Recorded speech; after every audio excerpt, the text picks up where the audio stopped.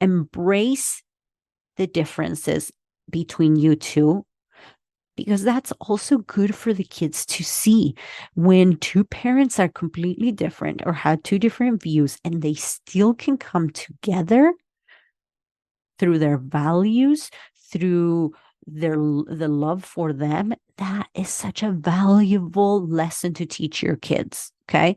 And I could go on, but I'm going to just end with the last thing that I got from that podcast, where we talked about, what do you want to make his actions mean, his spiritual level mean? I want you to really think, because you have a choice. This is where your power comes in. I know you feel powerless right now and hopeless, because you're like, you want him to be in a different place. You want him to do things differently. And it's frustrating when we can't control people, especially when they're so close to us, and it affects our circle. But trust me, you have all the power in the relationship. How, you ask me? By what you make his actions mean. You get to choose that.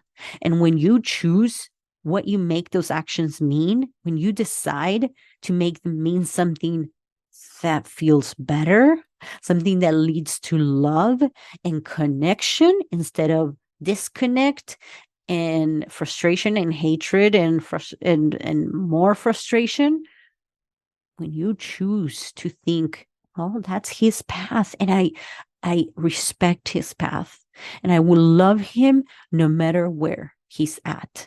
And this comes handy for our kids when our kids become adults and they make decisions that you're like, oh my gosh, no, no, no, don't go that way. Don't. There, yeah, there he goes. Yeah. Right? This tool comes in handy to stay connected with anyone really that wants to choose to live their lives different than we do, than we think what they should. Okay. My goal is to keep marriages together and happy, and to empower people in their relationships to get to have the marriage they want. And you can have that happily ever after, even when you're completely different, even when he's not doing the things that you want him to do. You can have that. I'm living proof of it. It just requires the work that most lazy people don't want to do. Okay. But it is so worth it. It's the work that you will never regret doing. Doing that inner work is work that will last generations, and it'll impact so many. So it's work that a lot of people don't want to do, and, and are afraid to do it and doubtful, but it is the most impactful work. And that is the inner work. Okay.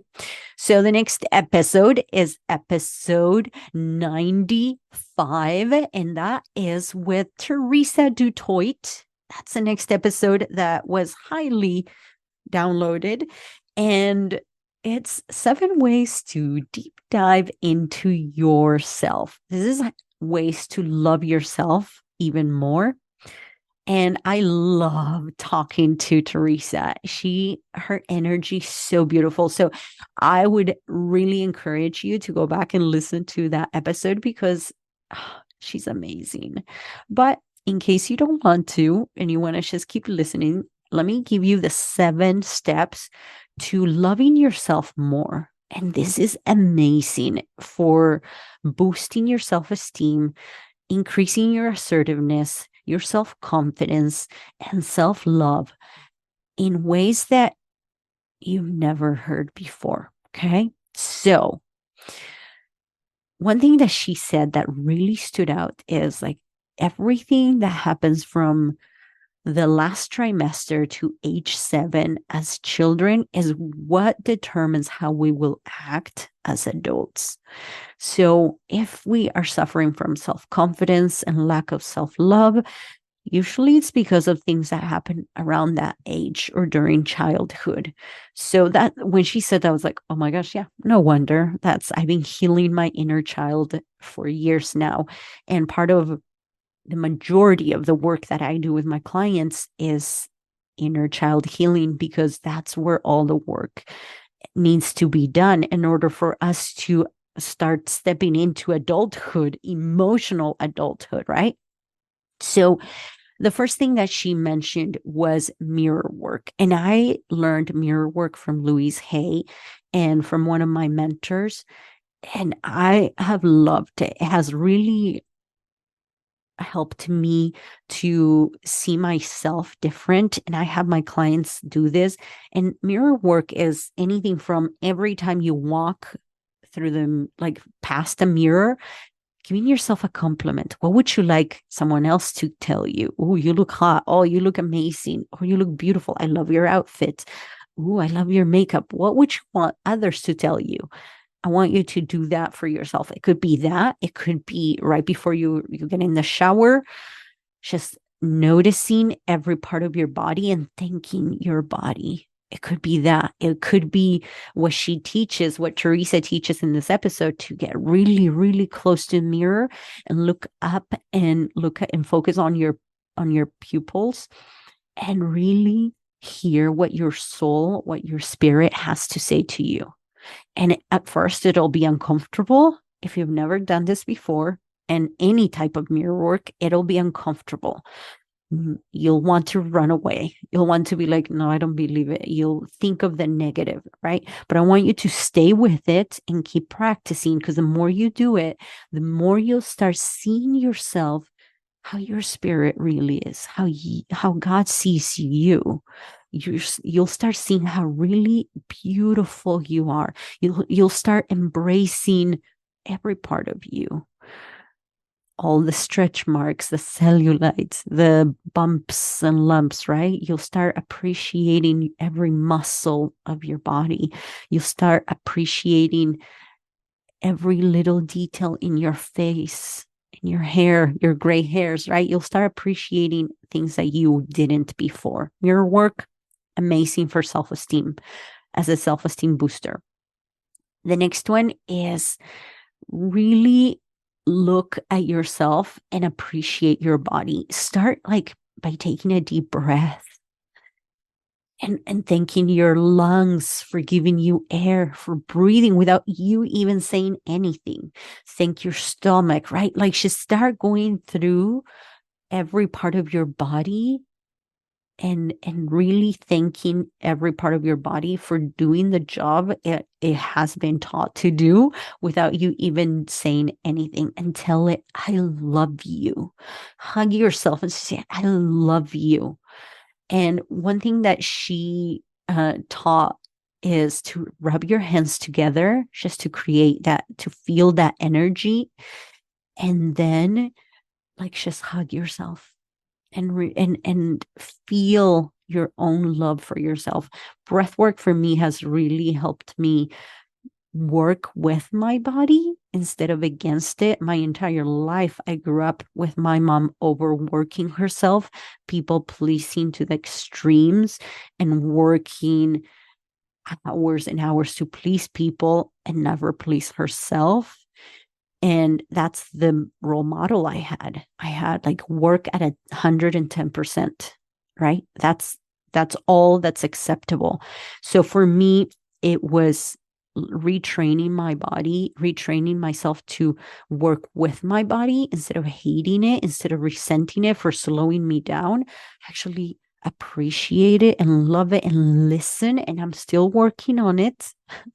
I'm currently like trying to recover from hurting my wrist because I overdid it.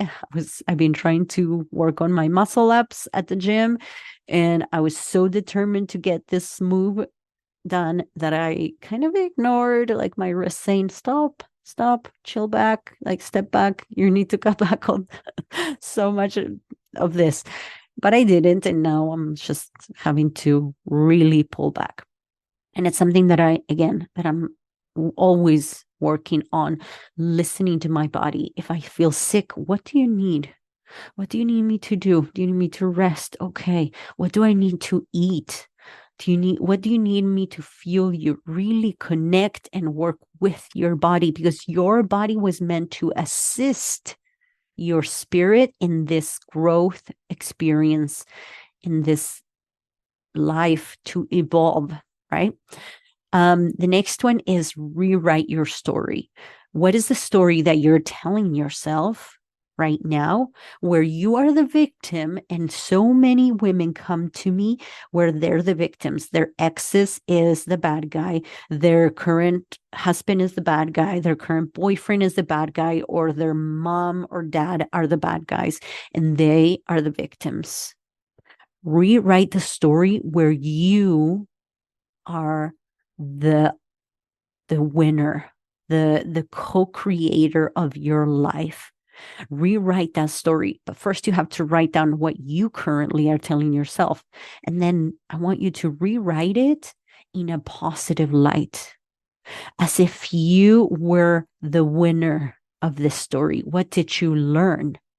What are you thankful for in that story?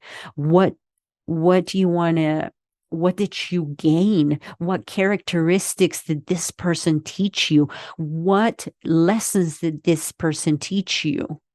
Who did you become from that experience? Rewrite that story where you are the victor, not the victim. Okay. The next one is stop the criticism and replace it with love and adoration. The negative thoughts are going to be there. And instead of focusing on increasing and just muffling the negative thoughts with more positive affirmations, I want you to just focus on just limiting, cutting it back, and just think of a loving thought instead. And it's funny because my daughter does this to me. Like whenever I'm feeling depressed, she'll be like, okay, now I want you now say 3 things that you love about yourself. It's her way of trying to boost me. I love it. So just replace them. But if you can't, just cut back on the negative thoughts, on the self-criticism. Just change it, or change your mind, or just the moment you hear it, stop it. That's more powerful than trying to muffle them with more and more and more affirmations. Okay. The next one is become aware of what you say about yourself. So what is your inner dialogue? This is so important. This is what led to me really learning to love myself.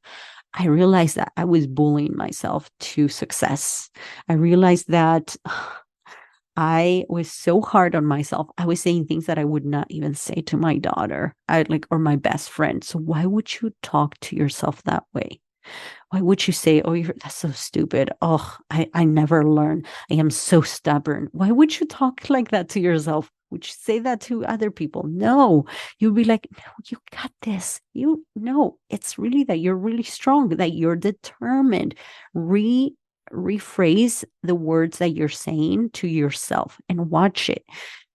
Watch your thoughts as you're getting dressed, as you accomplish a task, as you are doing something at work, as you see yourself in the mirror. What are you telling yourself? Because that's what's driving your actions. Okay.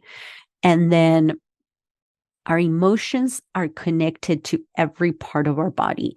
So when we allow our emotions to go through us, that's a way of loving ourselves, because every emotion that we leave unprocessed will actually get back to us and make us sick and cause ailments. So part of loving yourself is to really allow yourself to feel any emotion, not just the happy ones, but actually the positive ones. I recently had to let myself feel anger. Let me tell you, it was exhausting, but I purposely allowed myself to feel it, because I was like, no, this is what I want to feel right now.